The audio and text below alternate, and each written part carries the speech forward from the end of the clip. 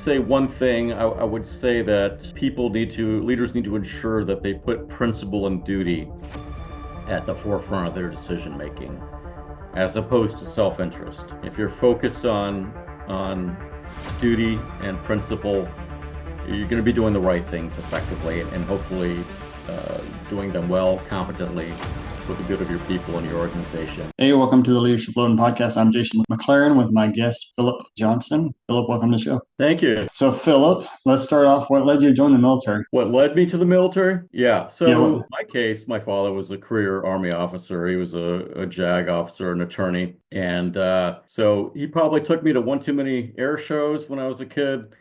And I decided just before starting high school that I wanted to be an Air Force pilot. So starting in high school, I endeavored to do whatever it took to achieve that, which meant working hard and getting up way too early on occasion right. in high school. And that eventually led to a 4-year ROTC scholarship, which I used at the University of Florida. And that's how it all started. And how did it go getting the ROTC scholarship for those that may be interested in doing that route? How do you find those and how do you apply for them and how does that work? Wow, it's been a long time. Yeah, well, first of all, I guess you have to be aware of the opportunity, so that helps. And I can't remember if it was just my military connection, even though my family wasn't necessarily pushing me to go in the military, or whether it might have been guidance counselors. But yeah, early on, I figured out that that was an option, I guess. In addition, going to some of the service academies. So, I was looking mostly at the Air Force Academy and then the 4-year scholarship also. Uh, didn't quite make it into the academy.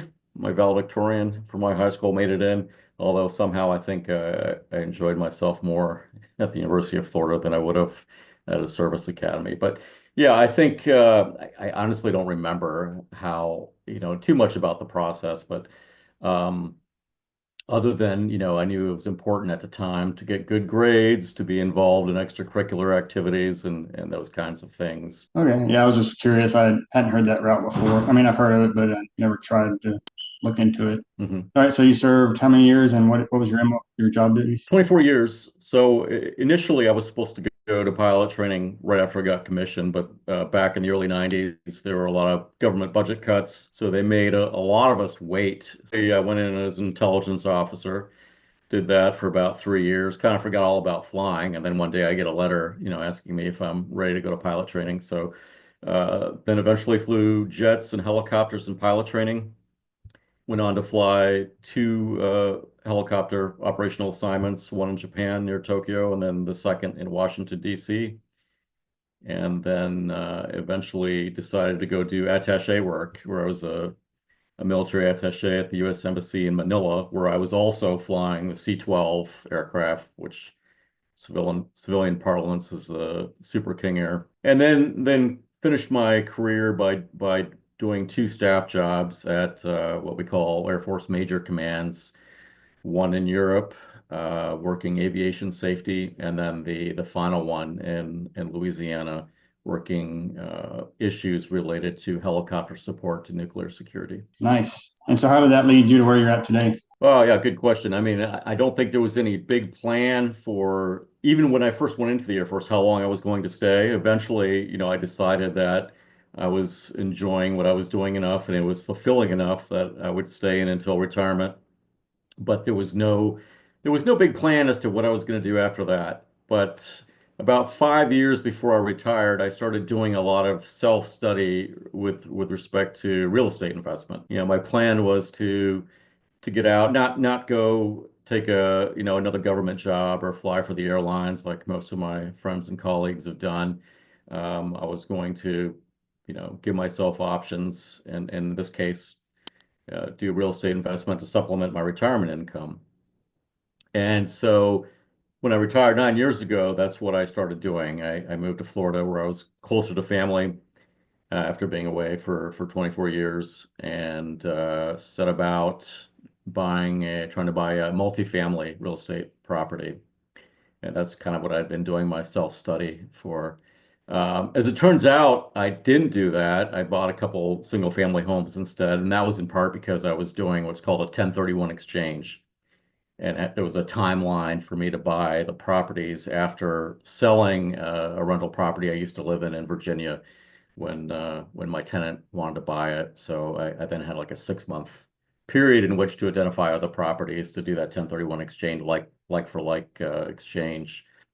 Uh, to defer the taxes. So ended up buying a couple single family homes, and it's worked out well so far. And I may do more real estate investing at some point, but uh, 5 years ago, almost 6 years ago now, I started focusing on something else, which was writing the leadership book, What Hangs in the Balance. Awesome. Yeah, I heard if you're going to do real estate investing, doing the multifamily is probably the best way to do it, It from what I is, hear. and for the budget I was looking at, it was just tough to find something that that I was happy with in a short amount of time I had to find it. Although I had been looking for several years, but when it came down to crunch time, and it was right when COVID was starting, in fact, which may not have helped, I just wasn't finding small multifamily properties that I liked or in areas that I thought would be good. So I changed the strategy a little bit. Cool. So you said, what was it, 5 or 7 years you started writing your book? Yeah, 6 years ago, I woke up New Year's Day 2019 and decided I was going to start the research for this book. And it's, yeah, turned out to be about a 6 year journey because it was published 7 January of this year. So, And so you said you did the research. So is it a academia type book, or is it more of a no, yeah, I would say it's more of a how-to book, or in this case, because of the context of the book, what not to do and why not to do it. It's a book on the importance of principled, ethical, competent, and selfless leadership, and it was written in the context of President Trump's first term, and what I saw as an aberration in both style and substance from the leadership I had experienced and been trained in for 24 years, and that included working with very senior leaders in both the DoD and the State Department.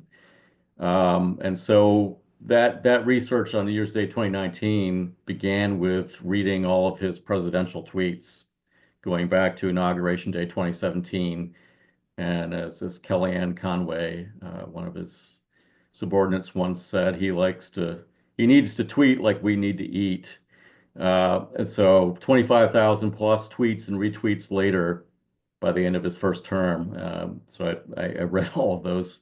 Uh, but early on, doing that research gave me the list of competencies and traits I decided I wanted to address in the book. nice? So it really kind of was almost like a research project, like a academic research project then, because you actually you picked your topics that you wanted to research on and then and dug into it. So how did Yeah, you, oh, go ahead. I was gonna say that was one question, but then how did you go through all those tweets? Is there a way to like filter them, or you actually just had to go to Twitter and just scroll the whole feed, or is there a way to download them? Uh, I don't know. I think I had to go ahead and join Twitter because I hadn't been on Twitter before that. And yeah, just go back by date and read every day's tweets until I eventually caught up to where we were live, if you will. And then it was just that became the first thing I did every morning was reading the tweets from the day before, essentially. And no, unfortunately, there wasn't. You can filter them now if you do a search. In fact, somebody else created a website with all of his tweets after his account was initially shut down in early 2021, I guess it was. But so that was useful for research purposes. But no, I just went in there after I caught up to where we were live in 2019 and just read the tweets every day. Yeah. And of course, there was a lot more research that went into the book other than the tweets. I mean, current events, obviously, as you alluded to, leadership traits and competencies, although most of these things were apparent to me from my experience in the Air Force, just, reading tweets, listening to speeches, that kind of thing. And observing what was actually happening and reading investigative reports and that kind of thing. Yeah, that interests me because I'm working on my doctorate right now in leadership. business Oh, leadership. So that was one thing that led me to start the podcast with Go Heroes. And so I think it's very interesting what you did and how you went about that research process. And so it's called What Hangs in the Balance. Any reason for the name, or does that play off yeah. anything in the book? It was not the name I originally chose, since you're mentioning it. Here it is.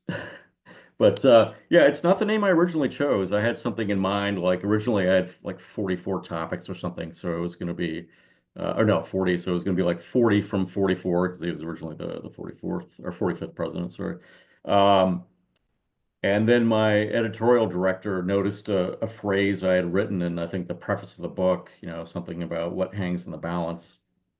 And I agreed with her that that would make a good title. So yeah, what that means to me, what hangs in the balance, is another way of saying what's at risk. What's at risk when we don't have principled, ethical, competent, and selfless leadership. So, what's at risk at the organizational level are things like morale, retention, the ability to recruit, and most importantly and ultimately, mission accomplishment. And then if you zoom up to a more macro level, what hangs in the balance are things like quality of life, life itself in some circumstances, good governance, trust in democratic institutions, national security, and even the rule of law. Yeah, I think as veterans, we really lean on that for our leadership inputs. And so, this will not air. I mean, this episode will probably air in 4 weeks when we're recording it. So things can change a lot since, in those 4 weeks. So I don't really want to get into anything that's going on right now. But there's lots of things up in the air with the administration. So I'll just leave it at that. But so what's Yeah, your one leadership tip? Yeah, go ahead. to that point, I would say, yeah, I honestly, when I was writing this book, I did not, a failure of imagination, perhaps. I didn't imagine that President Trump was going to get reelected at some point.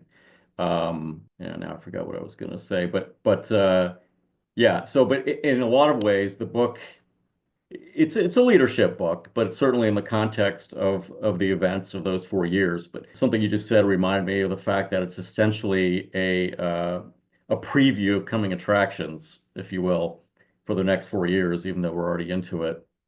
And it puts into context, I think, what a lot of people are seeing right now, for better or worse. Definitely. So, being a leadership practitioner yourself, what would be one piece of advice for new leaders that you would give them? I think, if to say one thing, I would say that leaders need to ensure that they put principle and duty at the forefront of their decision making, as opposed to self-interest. If you're focused on duty and principle, you're going to be doing the right things effectively and hopefully doing them well, competently for the good of your people and your organization. In other words, yeah, if you conduct yourself in a principled manner in concert with the core values and principles of your organization, and that's whether you're in public service or the private sector, um, and understanding with respect to duty, what your duty is, or to whom or to what your duty is, whether it's the Constitution, if you're a public servant, or whether it's to your subordinates, your customers, your constituents, if you're an elected official. Um, so yeah, duty and principle in everything you do, in all your decision making, and be very aware when self-interest creeps into that. I mean, that doesn't mean you're not doing things to promote your own career, but when it comes to being ethical and competent, um, again, duty and principle. All right, Philip, anything else the audience needs to know before we wrap up? No, if you want to know more about me or the book, you can find me at Philippe Johnson. It's the French spelling, Philippe, Johnson.com. And one other thing I would say to answer the question you just asked is emulate the leaders you admire. If you start actively emulating those leaders you admire, you are going to become more like them or like them. So yeah. Yeah, I think the people you surround yourself with are the people you migrate to. As a Christian and leader, I do those things every day. I can't hang out with people that are not going to have the same values. So I guess that's why we have political parties. But yeah, we'll put all your contact information in the show notes and link to the book. I'm guessing it's on Amazon. Yeah, it's on Amazon, Barnes and Noble, pretty All right. much anywhere where you can order books. We'll put all those links in the show notes below. Thanks. Sorry, Sega. I said we'll put all those links in the show notes below. Oh, Thanks for okay, coming on the great. show. Super. Thank you for having me. Hey, everybody. This episode of the Leadership Loading Podcast was brought to you by Go Heroes Inc., goheroes.org. If you'd like to be a sponsor, go ahead and check out our website or email us, and we'll get you all the information you need. There are thousands of leadership and management podcasts to choose from. We're glad you chose the Leadership Loading Podcast, a Go Heroes production. If you'd like to support Go Heroes Inc., visit www.goheroes.org. And with that, it's time to wrap up today's show. Thank you so much for listening. We sincerely hope you liked it. Don't forget to like, subscribe, and share this podcast with your family and friends. Let's all grow together. Thanks for listening to the Leadership Loading Podcast. Leadership inspired.